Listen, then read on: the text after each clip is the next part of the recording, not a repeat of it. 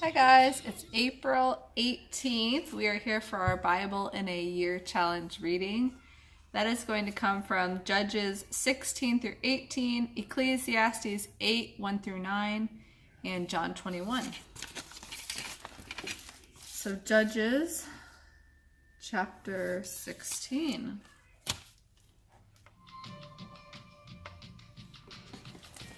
Samson removes Gaza's gates. One day Samson went to the Philistine city of Gaza and spent the night with a prostitute. Word soon spread that Samson was there, so the men of Gaza gathered together and waited all night at the city gates. They kept quiet during the night, saying to themselves, "When the light of morning comes, we will kill him." But Samson stayed in bed only until midnight. Then he got up, took hold of the city gates with its 2 posts, and lifted them, bar and all, right out of the ground. He put them on his shoulders and carried them all the way to the top of the hill across from Hebron. Samson and Delilah. Later, Samson fell in love with a woman named Delilah who lived in the valley of Sorek. The leaders of the Philistines went to her and said, Find out from Samson what makes him so strong and how he can be overpowered and tied up securely. Then each of us will give you 1,100 pieces of silver." So Delilah said to Samson, "Please tell me what makes you so strong and what it would take to tie you up securely." That's a strange question. Samson replied, "If I am tied up with 7 new bowstrings that have not yet been dried, I will be as weak as anyone else." So the Philistine leaders brought Delilah 7 new bowstrings, and she tied Samson up with them. She had hidden some men in one of the rooms of her house, and she cried out, "Samson, the Philistines have come to capture you." But Samson snapped the bowstrings as if they were string that had been burned with fire. So the secret of his strength was not discovered. Afterward, Delilah said to him, "You made fun of me and told a lie. Now please tell me how can you be tied up securely?" Samson replied, "If I am tied up with brand new ropes that have never been used, I will be as weak as anyone else." So Delilah took new ropes and tied him up with them. The men were hiding in the room as before, and again Delilah cried out, "Samson, the Philistines have come to capture you." But Samson snapped the ropes from his arms as if they were thread. Then Delilah said, "You have been making fun of me and telling me lies. Won't you please tell me how you can be tied up securely?" Samson replied, "If you weave the 7 braids of my hair into the fabric on your loom and tighten it with the loom shuttle, I will be as weak as anyone else." So while he slept, Delilah wove the 7 braids of his hair into the fabric and tightened it with the loom shuttle. Again she cried out, "Samson, the Philistines have come to capture you." But Samson woke up, pulled back the loom shuttle, and yanked his hair away from the loom and the fabric. Then Delilah pouted, "How can you say you love me and you don't confide in me? You've made fun of me 3 times now, and you still haven't told me what makes you so strong." So day after day she nagged him until he couldn't stand it any longer. Finally, Samson told her his secret. "My hair has never been cut," he confessed, "for I was dedicated to God as a Nazirite from birth. If my head were shaved, my strength would leave me, and I would become as weak as anyone else." Delilah realized he had finally told her the truth, so she sent for the Philistine leaders. "Come back one more time," she said, "for he has told me everything." So the Philistine leaders returned and brought the money with them. Delilah lulled Samson to sleep with his head in her lap, and she called in a man to shave off his hair, making his capture certain, and his strength left him. Then she cried out, "Samson, the Philistines have come to capture you." When he woke up, he thought, "I will do as before and shake myself free," but he didn't realize the Lord had left him. So the Philistines captured him and gouged out his eyes. They took him to Gaza, where he was bound with bronze chains and made to grind grain in the prison. But before long, his hair began to grow back. Samson's final victory. The Philistine leaders held a great festival, offering sacrifices and praising their god Dagon. They said, "Our God has given us victory over our enemy, Samson." When the people saw him, they praised their God, saying, "Our God has delivered our enemy to us. The one who killed so many of us is now in our power." Half drunk by now, the people demanded, "Bring out Samson so he can perform for us." So he was brought from the prison and made to stand at the center of the temple, between the 2 pillars supporting the roof. Samson said to the servant who was leading him by the hand, "Place my hands against the 2 pillars. I want to rest against them." The temple was completely filled with people. All the Philistine leaders were there, and there were about 3,000 on the roof who were watching Samson and making fun of him. Then Samson prayed to the Lord, "Sovereign Lord, remember me again. Oh God, please strengthen me one more time so that I may pay back the Philistines for the loss of my eyes." Then Samson put his hands on the center pillars of the temple and pushed against them with all his might. "Let me die with the Philistines," he prayed, and the temple crashed down on the Philistine leaders and all the people. So he killed more people when he died than he had during his entire lifetime. Later, his brothers and other relatives went down to get his body. They took him back home and buried him between Zorah and Eshtaol, where his father Manoah was buried. Samson had been Israel's judge for 20 years. Chapter 17, Micah's Idols. A man named Micah lived in the hill country of Ephraim. One day he said to his mother, "I heard you curse the thief who stole 1,100 pieces of silver from you. Well, here they are. I was the one who took them." "The Lord bless you for admitting it," his mother replied. He returned the money to her, and she said, "I now dedicate these silver coins to the Lord. In honor of my son, I will have an image carved and an idol cast." So his mother took 200 of the silver coins to a silversmith, who made them into an image and an idol. And these were placed in Micah's house. Micah set up a shrine, and he made a sacred ephod and some household idols. Then he installed one of his sons as the priest. In those days, Israel had no king, so the people did whatever seemed right in their own eyes. One day, a young Levite from Bethlehem in Judah arrived in that area of Ephraim looking for a good place to live. He happened to stop at Micah's house as he was traveling through. "Where are you from?" Micah asked him, and he replied, "I am a Levite from Bethlehem in Judah, and I am looking for a place to live." "Stay here with me," Micah said, "and you can be a father and a priest to me. I will give you 10 pieces of silver a year, plus a change of clothes and your food." The Levite agreed to this and became like one of Micah's sons. So Micah ordained the Levite as his personal priest, and he lived in Micah's house. "I know the Lord will bless me now," Micah said, "because I have a Levite serving as my priest." And chapter 18. Idolatry in the tribe of Dan. Now in those days Israel had no king, and the tribe of Dan was trying to find a place to settle, for they had not yet driven out the people who lived in the land assigned to them. So the men of Dan chose 5 warriors from among their clans who lived in the towns of Zorah and Eshtaol to scout out a land for them to settle in. When these warriors arrived in the hill country of Ephraim, they came to Micah's house and spent the night there. Noticing the young Levite's accent, they took him aside and asked him, "Who brought you here? And what are you doing? Why are you here?" He told them about his agreement with Micah and that he was Micah's personal priest. Then he said, "Ask God whether or not our journey will be successful." "Go in peace," the priest replied, "for the Lord will go ahead of you on your journey." So the 5 men went on to the town of Laish, where they noticed the people living carefree lives like the Sidonians. They were peaceful and secure. The people were also wealthy because their land was very fertile. And they lived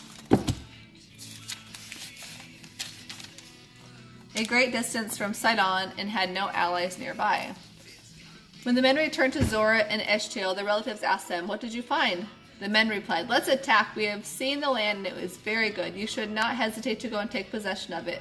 When you get there, you will find the people living carefree lives. God has given us a spacious and fertile land, lacking in nothing." So 600 warriors from the tribe of Dan set out from Zorah and Eshtaol. They camped at a place west of Kiriath Jearim in Judah, which is called Mahane Dan to this day. Then they went up into the hill country of Ephraim and came to the house of Micah. The 5 men who had scouted out the land around Laish said to the others, "There is a shrine here with a sacred ephod, some household idols, a carved image, and a cast idol. It's obvious what we ought to do." So the 5 men went over to Micah's house, where the young Levite lived, and greeted him kindly. As the 600 warriors from the tribe of Dan stood just outside the gate, the 5 spies entered the shrine and took the carved image, the sacred ephod, the household idols, and the cast idol. When the priest saw the men carrying all the sacred objects out of Micah's shrine, he said, "What are you doing?" "Be quiet and come with us," they said. Be a father and a priest to all of us. Isn't it better to be a priest for an entire tribe of Israel than just for the household of one man?" The young priest was quite happy to go with them, so he took along the sacred ephod, the household idols, and the carved image. They started on their way again, placing their children, livestock, and possessions in front of them. When the people from the tribe of Dan were quite a distance from Micah's house, Micah and some of his neighbors came chasing after them. They were shouting as they caught up with them. The men of Dan turned around and said, "What do you want? Why have you called these men together and chased after us like this?" What do you mean, what do I want? Micah replied. You've taken away all my gods and my priests and I have nothing left. The men of Dan said, Watch what you say. Some of us are short-tempered and they might get angry and kill you and your family.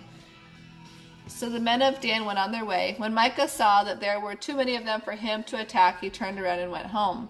Then with Micah's idols and his priests, the men of Dan came to the town of Laish, whose people were peaceful and secure. They attacked and killed all the people and burned the town to the ground. There was no one to rescue the residents of the town, for they lived a great distance from Sidon and had no allies nearby. This happened in the valley near Beth Rehob. Then the people of the tribe of Dan rebuilt the town and lived there. They renamed the town Dan after their ancestor, Israel's son, but it had originally been called Laish.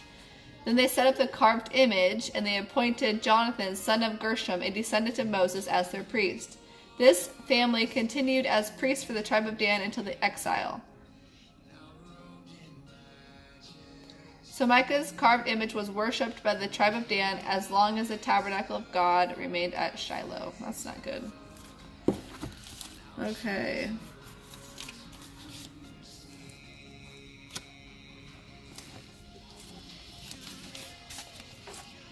Ecclesiastes 8, 1 through 9.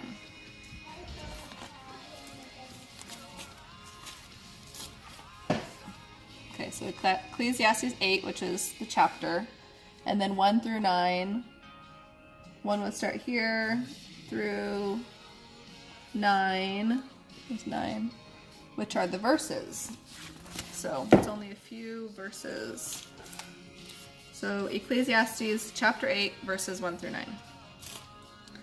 Okay, 9. How wonderful to be wise, to be able to analyze and interpret things. Wisdom lights up a person's face, softening its hardness. Obedience to the king. Obey the king because you have vowed before God to do this. Don't try to avoid doing your duty, and don't take a stand with those who plot evil.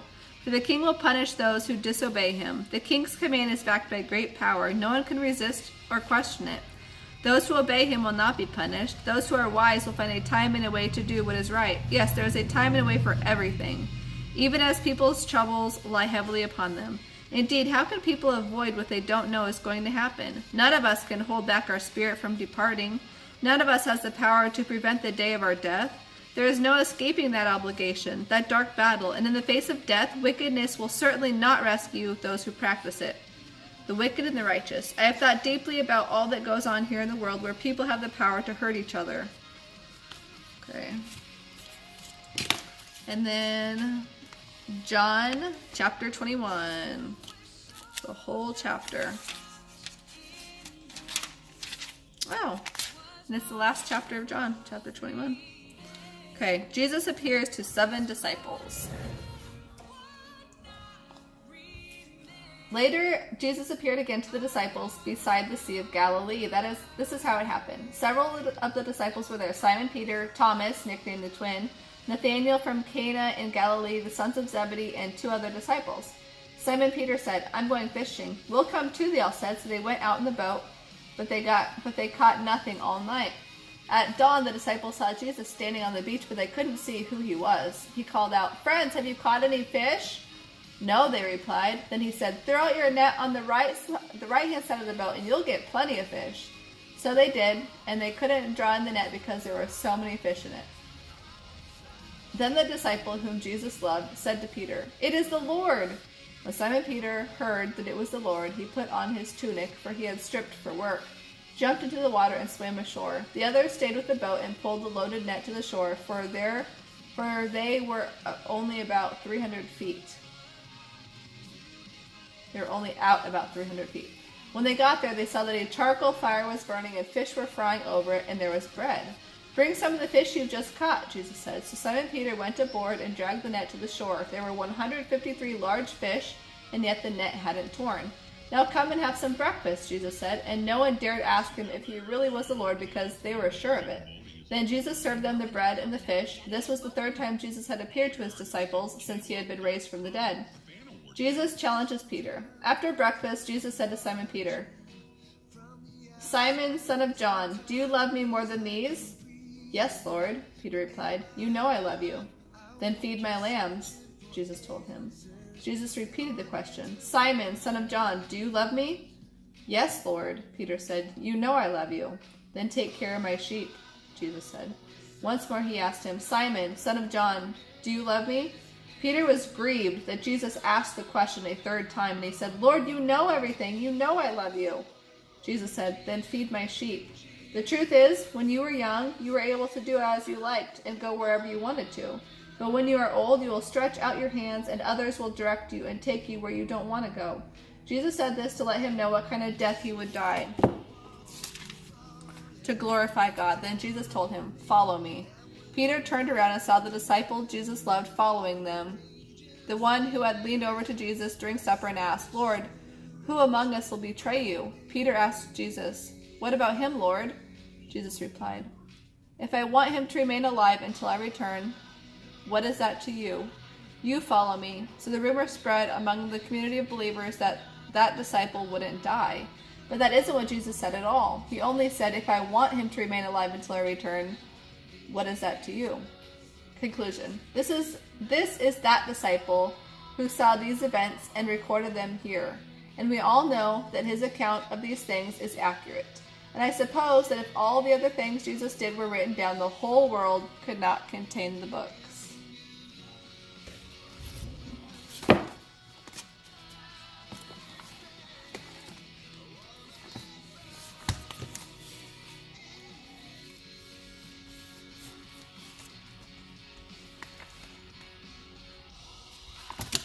That is all for today's reading, and I will see you next time. Happy Easter if I don't see you before then.